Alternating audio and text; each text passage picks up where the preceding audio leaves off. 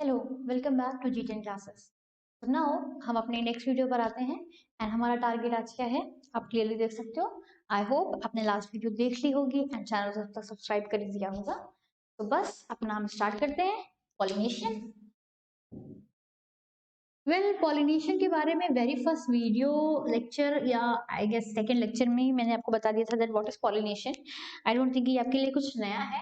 ये सिंपली आप इसको बोल सकते हो that this is the transfer of pollen grains from anther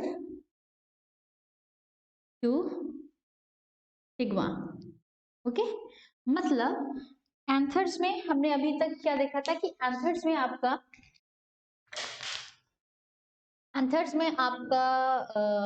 male gametophyte that is pollen grains बनते थे, फॉर्मेशन होता था, डेवलपमेंट होता था।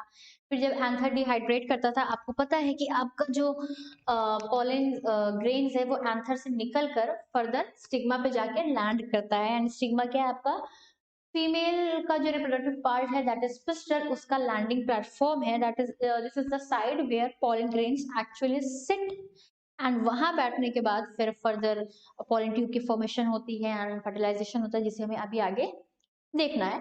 तो फिलहाल ये हो गया आपका पॉलिनेशन का डेफिनेशन। एंड पॉलिनेशन कोई नया नहीं है, आपने पहले भी पढ़ा है, इनफैक्ट मैंने खुद आपको वीडियोस में बता चुकी हूँ मैं। तो पॉलिनेशन के टाइप्स को बेसिकली हमें यहाँ देखना है, इसलिए मैं पढ़ा रही हूँ। क्योंकि अगर पॉलिनेशन का आप टाइप देखोगे तो एक आपका होता है ऑटोगैमी, देन आपका एक होता है जिटेनोगैमी एंड एक आपका होता है xenogamy. So what is autogamy? Autogamy ऐसा ट्रांसफर होता है पोलन ग्रेन्स का एंथर से स्टिग्मा पे कि वो सेम फ्लावर में ही रहता है, सेम फ्लावर में। मतलब जो फ्लावर है वो कुछ इस तरह का होगा, उसमें कुछ ऐसा अरेंजमेंट होगा कि ये होंगे आपके एंथर्स,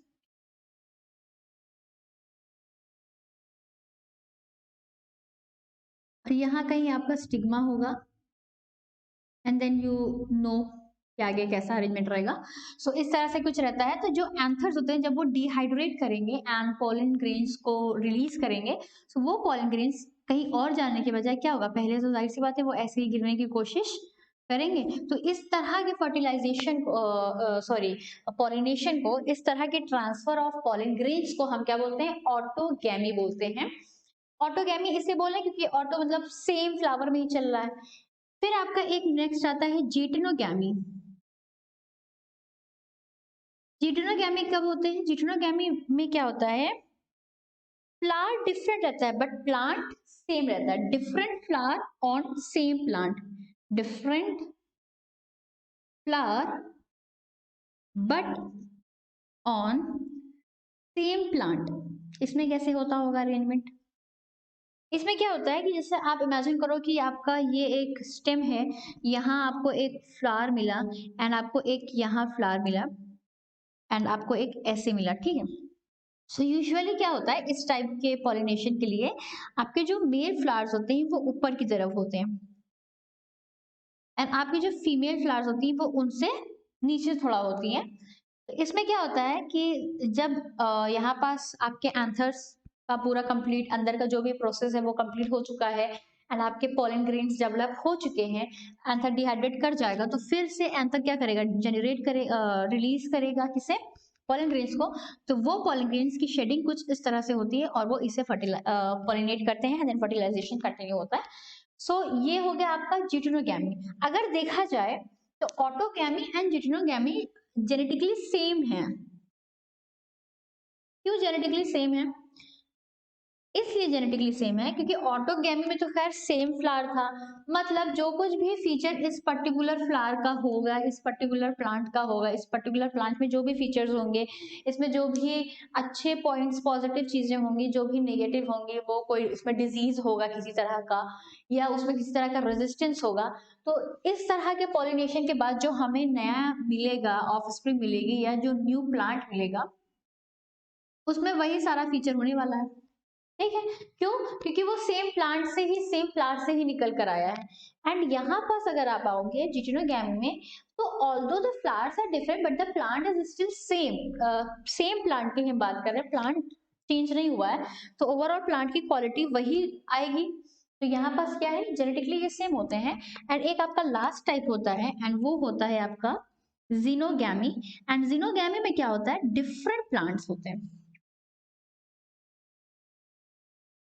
डिफरेंट प्लांट्स रहेंगे, सेम स्पीशीज के डिफरेंट प्लांट रहेंगे, और वो उनको फर्टिलाइज करेंगे। जैसे मान लो ये स्पीशीज ए का कोई प्लांट है, बायसेक्सुअल के केस में रहेगा कि एक प्लांट पे एक ही मेल, एक ही रिप्रोडक्टिव स्ट्रक्चर मौजूद रहेंगे, आइदर मेल और फीमेल। तो यहाँ आप इमेजिन करो ये आपका मेल वन है, स्पीशीज ए है ये, and in the same sense ये आपका दूसरा है, एंड ये आपका फीमेल प्लांट है, एंड ये भी सेम स्पीशीज है। तो इसके पॉलन ग्रेन्स क्या होंगे, यहाँ जाएंगे एंड इसे फर्टिलाइज कर देंगे। ठीक है, अच्छा क्या इतना सिंपल होगा? नहीं होगा, क्योंकि देखो ऑटोगैमी की अगर हम बात करें तो ऑटोगैमी में जब आप पढ़ोगे तो आपको यहाँ पता चलेगा कि एक फ्लावर होता है, उसे बोलते हैं क्लिस्टोगैमस फ्लावर। फ्लावर का टाइप है ये क्लिस्टोगैमस। क्लिस्टोगैमस फ्लावर का मतलब ये है कि ऐसे फ्लावर, ऐसे फ्लावर जो बंद रहते हैं, क्लोज्ड फ्लावर, क्लोज्ड, बंद रहेंगे, ये ओपन नहीं होंगे। अब इमेजिन करो अगर कोई फ्लावर क्लोज है, ओपन नहीं हुआ, इसका मतलब एंथर भी अंदर की तरफ है, स्टिग्मा भी अंदर की तरफ है। तो एंथर अल्टीमेटली जब वो डिहाइड्रेट करेगा, पोलन ग्रेन्स को रिलीज करेगा, तो वो जाहिर सी बात है स्टिग्मा पर जाकर लैंड करेगा। तो इसमें तो फॉर श्योर क्या होगा, सेल्फ पॉलिनेशन होने वाला है, फॉर श्योर सेम फ्लावर में ही होने वाला है, जिसे हम ऑटोगैमी बोलते हैं। But in case of geitonogamy and in case of xenogamy, इसमें आपको डिफरेंट टाइप्स ऑफ एजेंट की जरूरत पड़ सकती है। इसमें हो सकता है पड़े या ना पड़े, ये डिपेंड करता है आप किस प्लांट की बात कर रहे हो, कैसा अरेंजमेंट। तो मैंने ऐसा अरेंजमेंट बना दिया कि इस टाइप का है, हो सकता है ऐसा अरेंजमेंट ना भी हो। तो बेसिकली यहाँ आपको इन केसेस में आपको डिफरेंट टाइप्स ऑफ एजेंट की जरूरत पड़ती है, जो कि पॉलन ग्रेन्स का ट्रांसफर कराने में हेल्प करते हैं। एंड ऐसा नहीं है कि वो हेल्प करते हैं तो बस वो उनका ड्यूटी है, वो जाएंगे वो डिलीवरी बॉय की तरह, यस मैम अपना पॉलन ग्रेन आप मुझे दे सर, सॉरी मुझे फीमेल तक पहुंचाना है, ऐसा नहीं होता है। यहाँ एक तरह का इंटरेक्शन होता है उन पॉलिनेटर्स के बीच में, एजेंट्स के बीच में, एंड ये जो फ्लावर्स हैं इनके बीच में। तो उसी चीज को हमें आगे देखना है कि क्या चीजें होती हैं, कैसे कैसे अडेप्टेशन होता है। तो उससे पहले आप क्या करो, इसका स्क्रीनशॉट लो।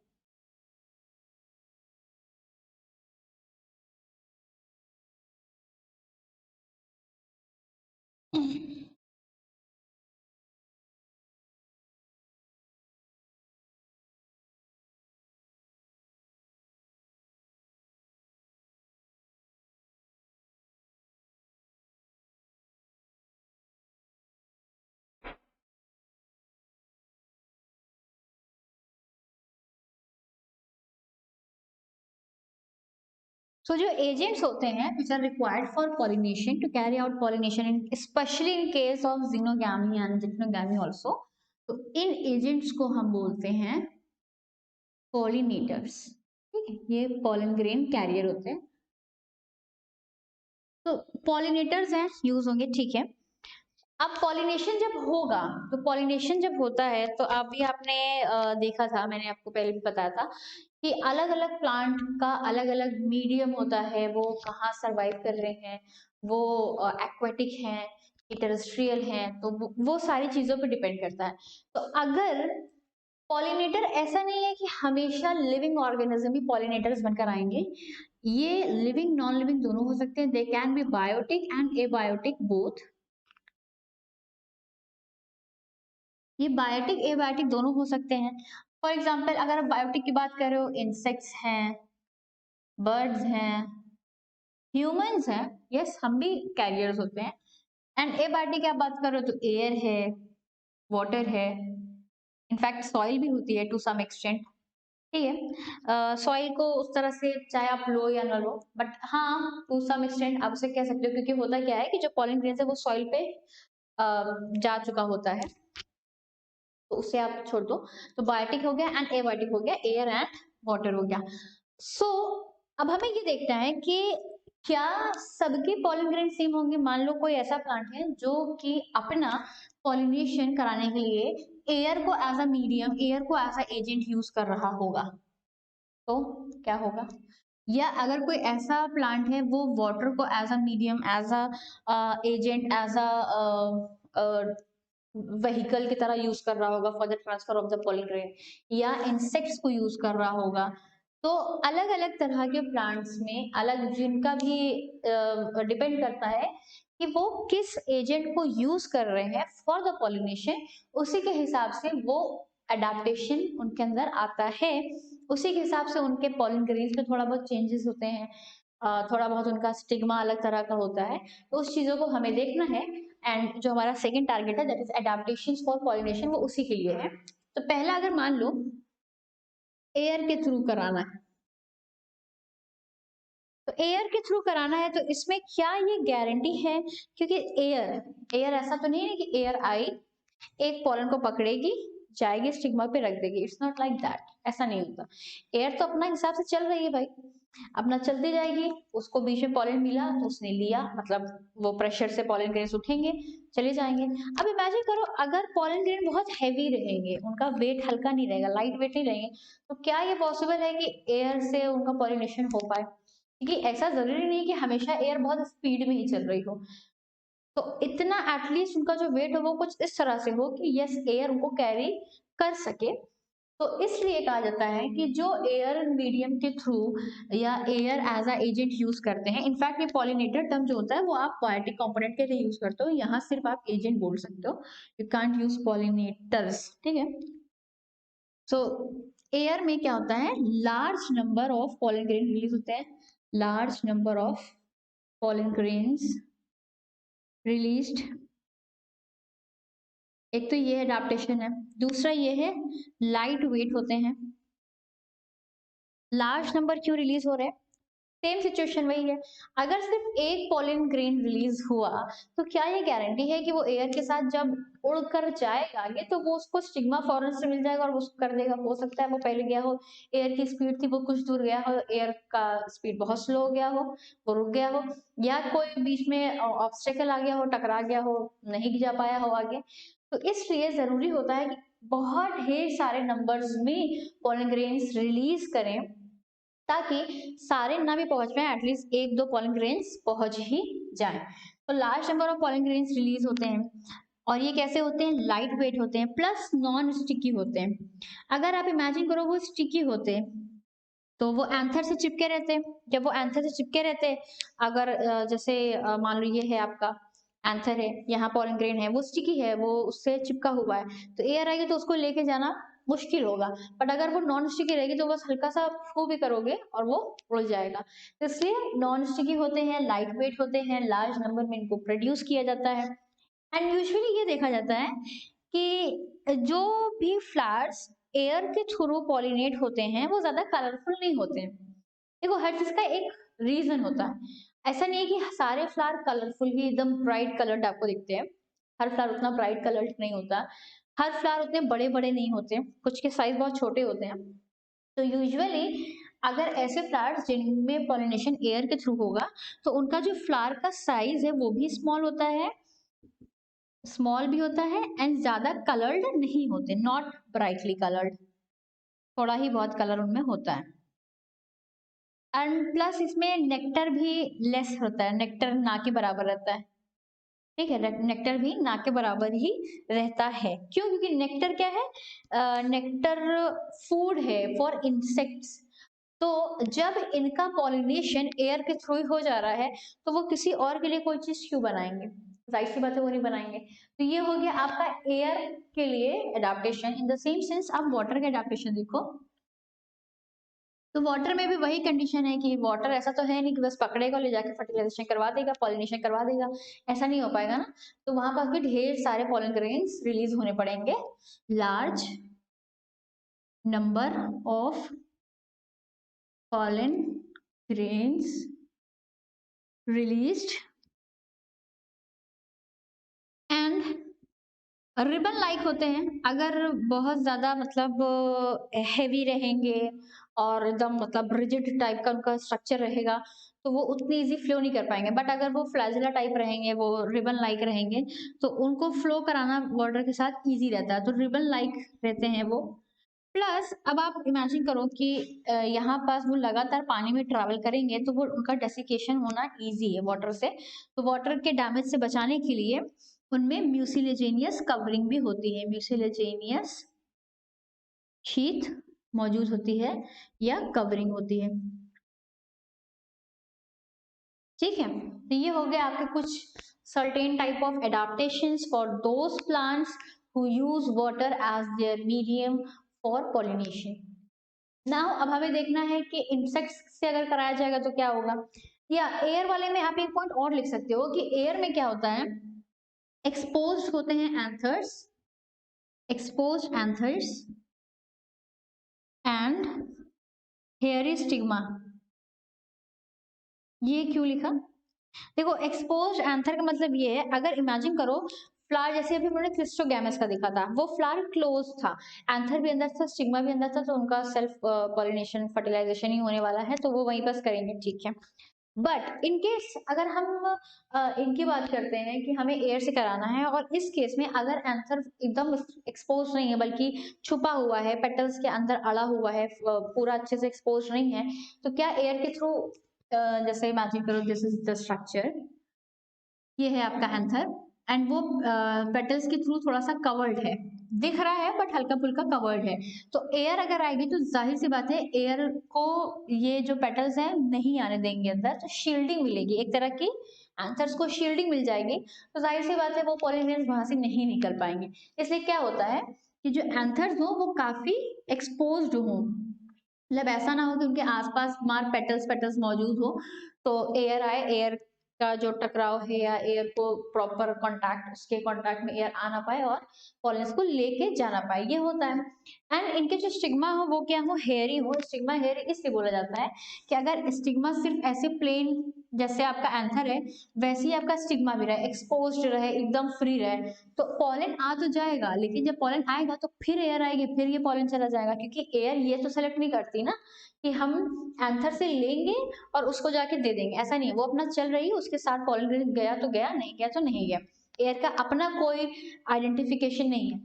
तो यहाँ क्या होगा, अगर इस तरह से आपका स्टिग्मा रहेगा तो जो भी पॉलन आएगा वो सिट ही नहीं कर पाएगा बल्कि बाहर चला जाएगा।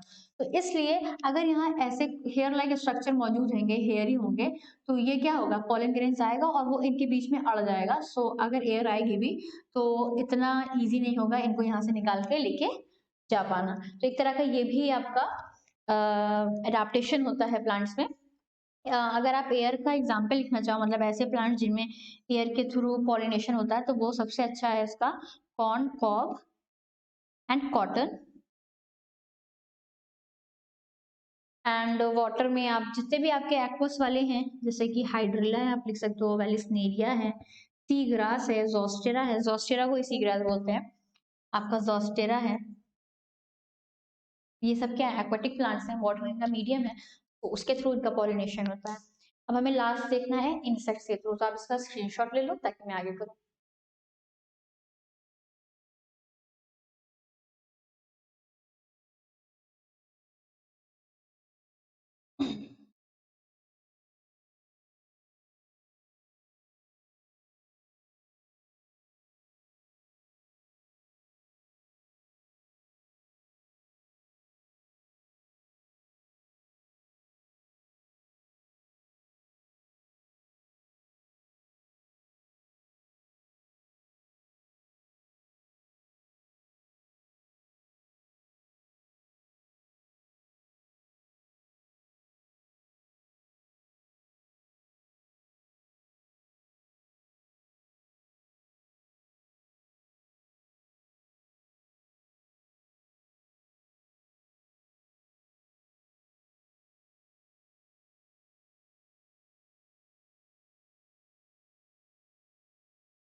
तो इंसेक्ट्स के केस में क्या होता है कि इंसेक्ट्स को आपको अट्रैक्ट करना है, बर्ड्स के केस अगर ले रहे हो, इंसेक्ट्स का ले रहे हो, तो इस केस में आपको क्या करना है, उनको अट्रैक्ट करना है। तो अट्रैक्ट करने के लिए आप क्या करोगे, आप ब्राइट कलर्ड फ्लावर्स बनाओगे।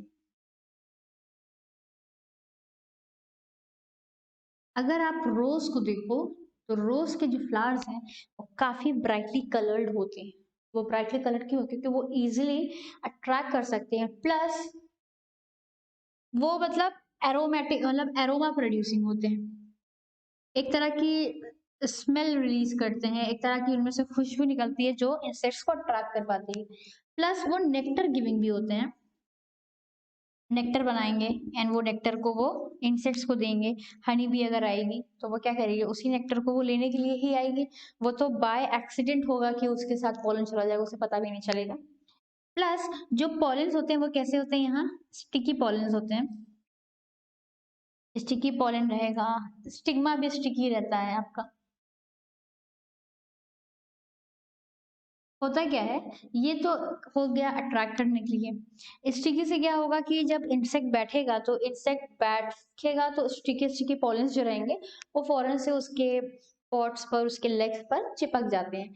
तो फिर वो उसके बाद किसी दूसरे स्टिग्मा पे जाएगा और वहां सिटिंग करेगा, तो क्या होगा, वहां पर वो उसको रिलीज कर देगा। और थोड़ा सा स्टिकी स्टिग्मा रहता है तो उससे क्या होता है, पॉलन फौरन से स्टिग्मा पे चिपक जाता है।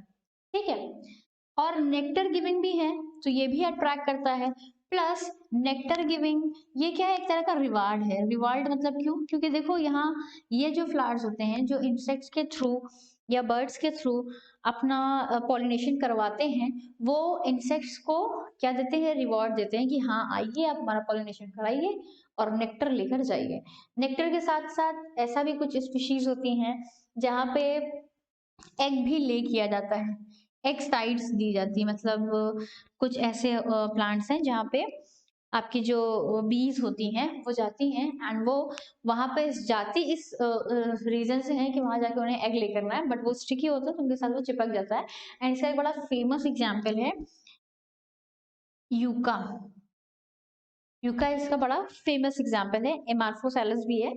सो ये हो गया आपका एडाप्टेशन पॉइंट कंप्लीट। तो हम लोग का जो नेक्स्ट टारगेट था एडाप्टेशन फॉर पॉलिनेशन वो भी कंप्लीट हो गया है। और ये सब चीजें काफी इंपॉर्टेंट है तो आपको अच्छे से याद होना चाहिए। आप इसका भी स्क्रीनशॉट लेना चाहो तो ले सकते हो। तो हम अपने नेक्स्ट पॉइंट पर आएंगे, that is outbreeding devices.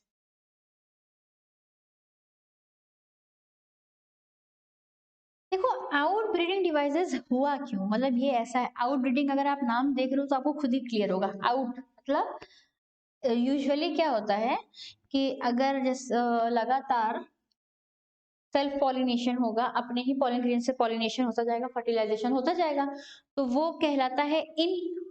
And जब हम चाहते हैं कि नहीं अलग तरह का हो, बाहर से कोई स्पीशीज आए, मतलब सेम स्पीशीज रहे बट दूसरे वैरायटीज वाले हो, तो उनके पॉलेंस के थ्रू हमारे स्टिग्मा पर पॉलिनेशन हो और उसका फर्टिलाइजेशन हो एग का हमारे, तो वो होता है आउट ब्रीडिंग। तो नेचुरल जो नेचर है और या जो आपके लिविंग ऑर्गेनिजम्स हैं, प्लांट्स पे स्पेशली हम टारगेट करते हैं, वो हमेशा आउट ब्रीडिंग चाहते हैं। They don't want self generally, out breeding devices. क्योंकि लगातार अगर कंटिन्यूड सेल्फ होगा, कंटिन्यूड सेल्फ ब्रीडिंग होगी या सेल्फ पॉलिनेशन होगा, फर्टिलाइजेशन होगा, तो इसके वजह से क्या होता है कि नया कुछ आ नहीं पाता, कुछ नया वेरिएशन आ नहीं पाता। तो इसके वजह से जो सिचुएशन क्रिएट होती है उसको हम बोलते हैं इन ब्रीडिंग डिप्रेशन। हो सकता है ये चीज आपको क्लियर समझ में अभी ना आई हो, तो उसको एक एग्जाम्पल से समझते हैं। इमेजिन करो कि ये एक प्लांट है एंड इसमें क्या है कि भाई इसमें दोनों मौजूद है, यूनिसेक्सुअल मतलब बायसेक्सुअल है, इसमें दोनों तरह के फ्लावर मौजूद है। या आप ये बोलो कि एक सिंपल फ्लावर में ही मेल फीमेल, इसमें मेल भी है एंड फीमेल भी है, मेल भी है एंड फीमेल पार्ट, दोनों पार्ट मौजूद है। तो क्या होगा कि फर्टिलाइजेशन होगा और एक हमें न्यू प्लांट मिलेगा। तो क्या इस न्यू प्लांट में कुछ नया दिखेगा? नहीं दिखेगा। क्यों? क्योंकि यहाँ जो मेल था वो भी यही प्लांट था एंड जो फीमेल था वो भी यही प्लांट था। तो जो भी मेल के कैरेक्टर से वही फीमेल के कैरेक्टर से कंबाइन करके वही प्लांट्स में आने वाले हैं। क्यों? क्योंकि अगर इमेजिन करो ये जो पर्टिकुलर प्लांट है ये था ये ड्रॉट रेजिस्टेंट था, मतलब ड्रॉट को सरवाइव कर पाता था, तो जो नया प्लांट आएगा उसके अंदर भी ये कैरेक्टर आएगा। तो ऐसा तो नहीं है कि प्लांट्स के अंदर सिर्फ पॉजिटिव वाले ही फीचर्स होंगे, कुछ नेगेटिव फीचर्स भी होंगे। मान लो उनमें ये डिजीज जो थे, इनमें अलग तरह का एक डिजीज मौजूद था, तो अगर ये डिजीज जो थे तो इनके वजह से जब आप सेल्फ कराओगे तो न्यू प्लांट भी डिजीज होगा। तो जो भी चीजें इनिशियली पेरेंट प्लांट में थी वही न्यू प्लांट में, और फिर वो लगातार वही चीजें चलती जा रही है। अब ये नया प्लांट भी सेल्फ करेगा तो फिर नया प्लांट आएगा, नया प्लांट आएगा, तो जो भी फीचर्स इनके थे वही फीचर्स उनके होंगे, कुछ भी नया नहीं आया, कोई वेरिएशन नहीं आया। तो ये जो सिचुएशन होती है इसे बोलते हैं इनब्रीडिंग डिप्रेशन। एंड इसका जो अल्टीमेट कॉन्सिक्वेंस होता है वो ये होता है कि प्रोडक्टिविटी कम हो जाती है, प्रोडक्टिविटी जो होती है वो कम हो जाती है। तो इट मीन्स कि अगर कंटिन्यूड सेल्फ पॉलिनेशन होगा, सेल्फ फर्टिलाइजेशन होगा, तो that is not good. Okay, तो ये नहीं होना चाहिए। तो अगर ये नहीं होगा, हमें क्रॉस पॉलिनेशन कराना है, क्रॉस फर्टिलाइजेशन कराना है, तो उसको हम बोलते हैं आउट ब्रीडिंग। मतलब अलग अलग प्लांट्स लेकर आएंगे, अलग अलग वैरायटीज लेकर आएंगे और उनके पोलन स्टिग्मा में पॉलिनेशन करवाएंगे, उनके मेल गैमेट और फीमेल गैमेट को फ्यूज कराएंगे, तो वो क्या हो जाएगा, आपका क्रॉस पॉलिनेशन हो जाएगा, क्रॉस फर्टिलाइजेशन हो जाएगा। तो हमें बेसिकली देखना है कि ये आउटब्रीडिंग डिवाइसेस क्या है। ये ऐसे डिवाइसेस हैं जो प्रमोट करते हैं क्या, क्रॉस पॉलिनेशन को, क्रॉस फर्टिलाइजेशन को। These devices promote cross pollination. कैसे प्रमोट करते हैं, देखो नेचुरली क्या होता है, जो प्लांट्स होते हैं वो खुद ही क्या चाहते हैं कि उनका क्रॉस हो, ना कि सेल्फ हो। सो वो खुद से बाय नेचर वो खुद से बहुत सारी चीजें ऐसे डेवलप करके रखे हुए हैं जो कि आउटब्रीडिंग डिवाइसेस के अंडर ही आता है। फॉर एग्जाम्पल, पहले सबसे पहला इसका बेसिक तो ये है कि यूनिसेक्सुअल फ्लावर को बनाना। यूनिसेक्सुअल फ्लावर्स,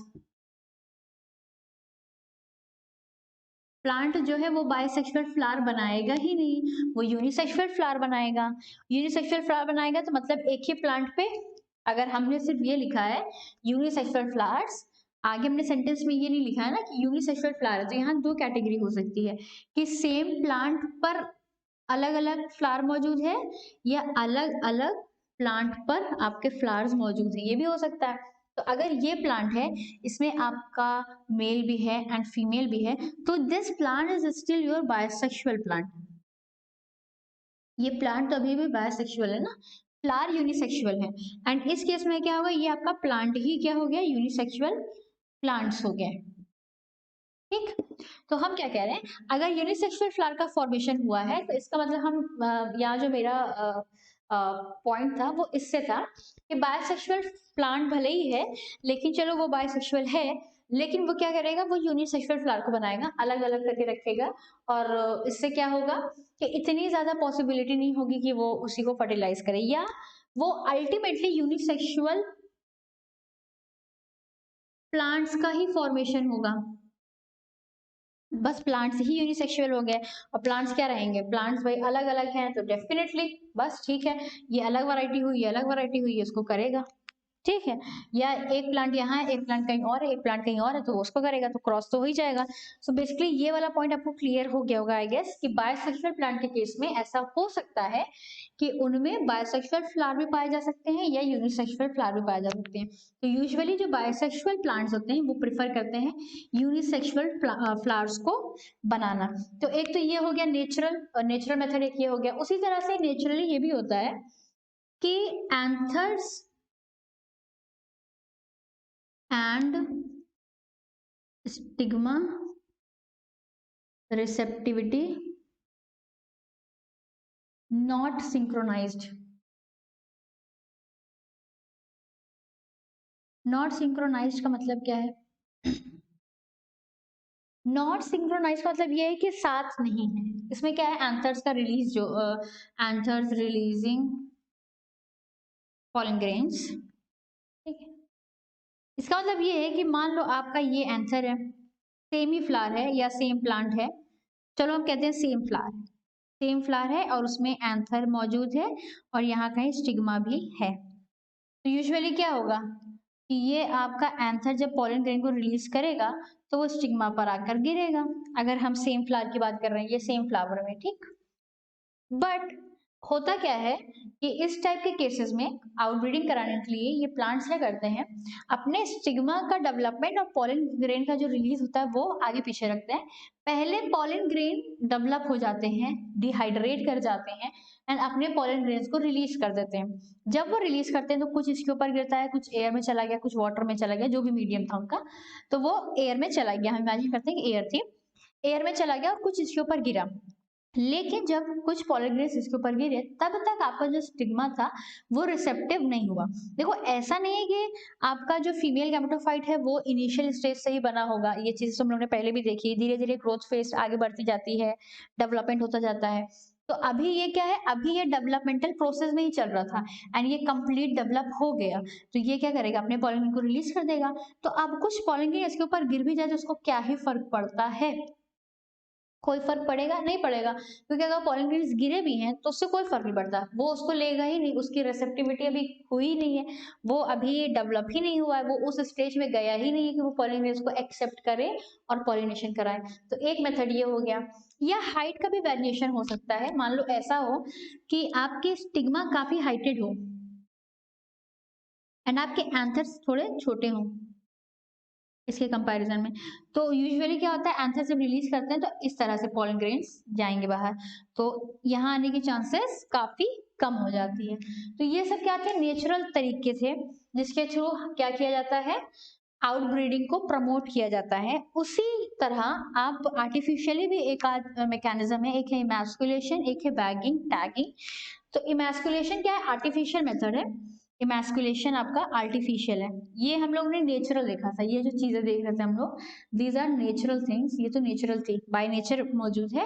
एंड अभी हम देख रहे हैं कि आर्टिफिशियली भी हम कर सकते हैं। तो आर्टिफिशियली में एक होता है इमैस्कुलेशन। इमैस्कुलेशन में क्या किया जाता है, रिमूव कर दिया जाता है एंथर को बिफोर इट्स मेच्योरिटी, मतलब उसको मेच्योर होने से पहले ही हम एंथर को रिमूव कर देते हैं। Removal of anthers before maturity या बिफोर इट्स कंप्लीट डेवलपमेंट, मतलब एंथर अभी डेवलप हुआ भी नहीं, वो अभी पॉलन ग्रेन रिलीज करने की स्टेज में नहीं पहुंचा है, हमने उससे पहले ही क्या किया, एंथर्स को रिमूव कर दिया।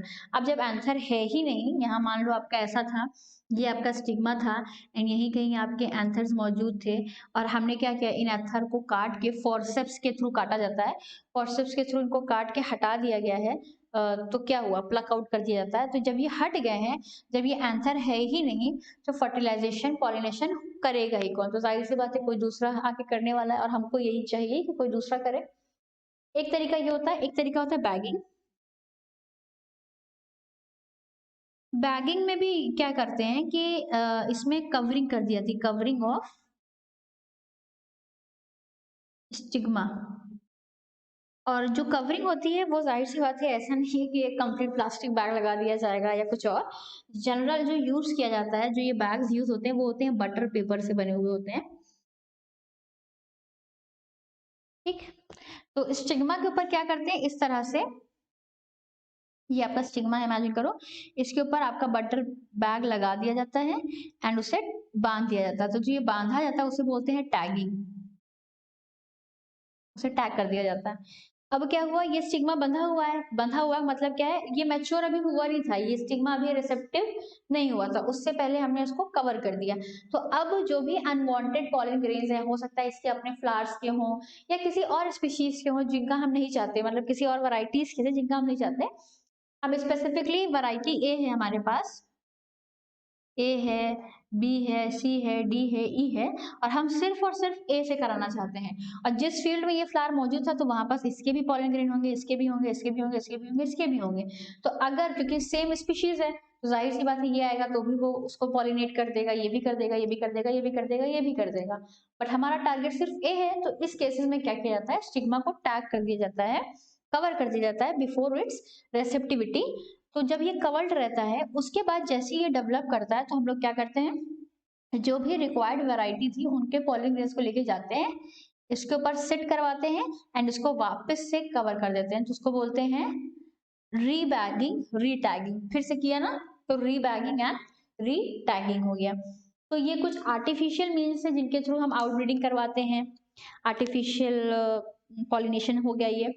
एंड हमने नेचुरल देखा कि नेचुरल भी बहुत सारे मेथड्स हैं जो कि प्लांट्स में इनबिल्ड हैं, वो खुद ही से पूरी कोशिश करते हैं कि वो आउटब्रीडिंग को ही करें।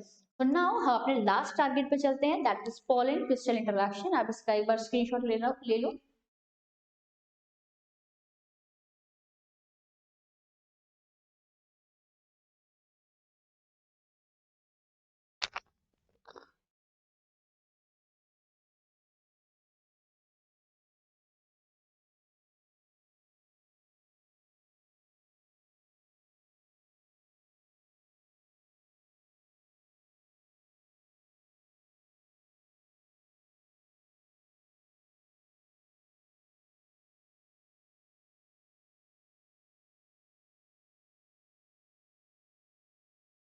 पॉलन क्रिस्टल, ये काफी इंटरेस्टिंग है पढ़ने में, पॉलन क्रिस्टल इंटरैक्शन।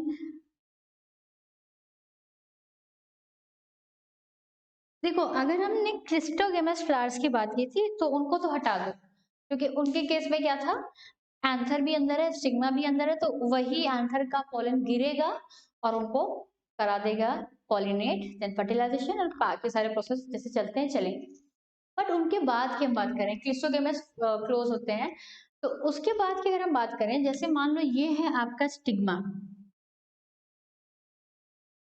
एंड ये जो स्टिग्मा है, इस स्टिग्मा पे जो पॉलन ग्रेन्स आते हैं, क्योंकि पॉलन ग्रेन को कौन ला रहा है, या तो एयर ला रही है, या वाटर, या इंसेक्ट, या हम, या कुछ, मतलब कोई भी मीडियम एक है, कोई भी एक एजेंट है जिसके थ्रू जा रहा है। ऐसा तो है नहीं कि जो कि एजेंट होते हैं वो बड़े स्पेसिफिक होते हैं कि हम वैरायटी ए के पास गए थे, हमने उठा लिया था, तो अब हम दूसरी वैरायटी के पास जाएंगे, बी के पास, इसको कर देंगे। या हमने ये स्पीशीज का पॉलन लिया है, स्पीशीज ए है मान लो, हम स्पीशीज बी के पास जाएंगे, तो ऐसा तो नहीं होता है, क्योंकि अभी आपको ये पता है कि सेम स्पीशीज में हमको कराना है, स्पीशीज हमको नहीं बदलना है। इसका मतलब क्या हुआ, यहाँ तो बहुत सारे पॉलन ग्रेन्स आ जाएंगे ना। ऐसा तो है नहीं कि सिर्फ गारंटी ही गारंटी है कि इस स्टिग्मा पर सिर्फ एक पॉलन ग्रेन आएगा एंड वो पॉलन ग्रेन काफी हेल्दी होगा एंड कंपैटिबल होगा और वो यहाँ जर्मिनेट करेगा एंड अपना फर्टिलाइजेशन करवाएगा। नहीं, ऐसा नहीं होता है। क्यों? क्योंकि जब ये स्टिग्मा एक्सपोज्ड है, ये स्टिग्मा खुला हुआ है, क्लिस्टोगेमस का केस नहीं है, तो यहाँ बहुत सारे पॉलन ग्रेन्स आने वाले हैं। कोई पॉलन ग्रेन किसी और स्पीशीज का होगा, मान लो ये किसी और स्पीशीज का है, ये किसी और स्पीशीज का है, ये किसी और स्पीशीज का है, हो सकता है। लेकिन कोई एक है, मान लो ये है जो आपका रिक्वायर्ड वन है, जिसको मैंने डार्क कर दिया है, सिर्फ एक यही था जो रिक्वायर्ड था। तो होता क्या है, अगर सोचो स्टिग्मा के अंदर ये एबिलिटी ना होती कि वो अपने को रिकॉग्नाइज करे, बाकी किसी को रिकॉग्नाइज ना करे, तो क्या होता, अल्टीमेट रिजल्ट क्या होता, ये भी जाता अंदर, ये भी जाता, ये भी जाता, कोई एक पहले पहुंच जाता एंड वो फर्टिलाइज कर देता, तो एक अलग ही तरह का कैरेक्टर देखने को मिलता। हो सकता है ना, क्यों? क्योंकि अगर एक अलग डिफरेंट स्पीशीज है, एक डिफरेंट स्पीशीज है, उसका पॉलन ग्रेन अलग होगा, इसका पॉलन ग्रेन अलग होगा, मतलब रोज का प्लांट है, उसका पॉलन ग्रेन लिया, हिबिस्कस है, उसका पॉलन ग्रेन लिया, हिबिस्कस का पॉलन ग्रेन रोज को जाके फर्टिलाइज कर रहा है, रोज का पॉलन ग्रेन उसको जाके फर्टिलाइज करे। ऐसा नेचुरली पॉसिबल नहीं होता ना। नेचुरली में हमने पढ़ा है कि जो स्पीशीज होती है वो रिप्रोडक्टिवली आइसोलेटेड होती है, विच मीन्स कि सेम स्पीशीज के पॉलन ग्रेन उनको आने चाहिए, उनको किसी और स्पीशीज की पॉलन ग्रेन आएगा तो उनको कोई फर्क नहीं पड़ता। इसलिए नहीं पड़ता क्योंकि जो पिस्टल्स होते हैं, जो स्टिग्मा होते हैं, they are very sharp, they can recognise their own pollens. वो रिकॉग्नाइज कर सकते हैं कि ये पॉलन ग्रेन जो है इसको हमें लेना है या नहीं। कैसे कर सकते हैं? देखो, होता क्या है जनरली कि जब ये पॉलन ग्रेन्स आते हैं तो जितने भी इसमें आप दो तरह के पॉलन ग्रेन मान लो, एक हो जाता है कंपैटिबल, एक हो जाता है आपका इनकम्पैटिबल या नॉन कंपैटिबल। तो जो कंपैटिबल वन होते हैं वही क्या करेंगे, जर्मिनेट करेंगे, पॉलन ट्यूब का फॉर्मेशन करेंगे, और जो इनकम्पैटिबल होते हैं वो कुछ नहीं कर पाते, वो थोड़ा बहुत अगर हल्का फुल्का पॉलन ट्यूब बना भी लिए तो बस खत्म, उसके आगे उनको जाना नहीं है। तो अल्टीमेटली क्या होता है, जो कंपैटिबल वन होता है सिर्फ वही फर्टिलाइजेशन करवाएगा। जैसे इमेजिन करो, ये जो आपका डार्कर वन था वो आपका कंपैटिबल वन था, तो ये कुछ इस तरह से था, ये आपका स्टिग्मा है, ये आपका स्टाइल है, ये आपका ओवरी है, एंड यहाँ आपका ये जो कंपैटिबल पोलन था, जैसे ही आके सिट किया, आपको पता है कि जब पोलन ग्रेन्स बैठते हैं तो वो क्या करते हैं, पोलन ट्यूब का फॉर्मेशन करते हैं, एंड इस पोलन ट्यूब क्या करता है, ये पूरा का पूरा स्टाइल को ट्रेस करते हुए माइक्रोपाइलर एंड पर जाता है and with the help of synergid cell वो जाके एग को फर्टिलाइज कर देता है। खैर फर्टिलाइजेशन अभी हम लोग को नहीं पढ़ना है, नेक्स्ट वीडियो में पढ़ना है। सो आज का जो था last topic that is pollen pistol interaction, तो इसी को बोलते हैं पॉलन पिस्टल इंटरेक्शन। इसको आप एकदम बेसिकली अगर बोलो, ये सिंपली क्या है, it is the ability of stigma to recognise their own required और compatible pollen grain and they only allow compatible pollen grains to germinate or to form pollen tube for the fertilization. I hope आपको अच्छा लगा होगा। तो बस video को like कर दीजिए एंड थैंक यू।